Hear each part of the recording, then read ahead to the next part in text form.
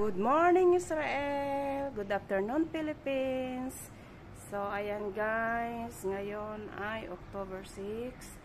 So ito guys yung umaga na gigising ka ng maaga na may maririnig kang siren. Ayan. So nagsisimula na naman ang mga aswang guys. Ang mga aswang ay nagsisimula na naman. So ngayon ay araw ng Shabbat at holiday dito sa Israel ngayon. So before is Yom Kippur, Sukkot, at ngayon naman guys ay Simchat Torah. So ngayon naman guys ang araw ng ang mga aswang ay nagsisimula na sa panggugulo. So ingat tayo guys, huwag tayong lumabas sa mga caregiver dito sa Israel. Sana ay mag-iingat tayo. Kung hindi importante, huwag tayong nalabas. At kailangan tayo maging safe palagi. So, ayan. Masyadong tahimik ang aming lugar ngayon.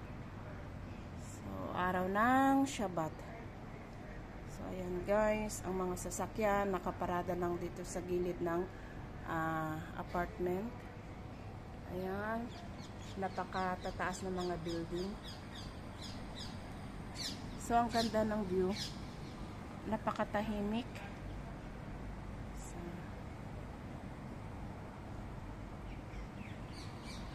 main road. Main road. As you can see guys. You see, ang ingay rin ng mga ibon.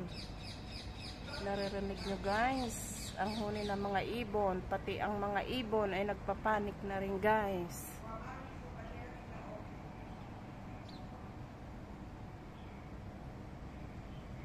So ayun lang guys ang aking napakaikling video.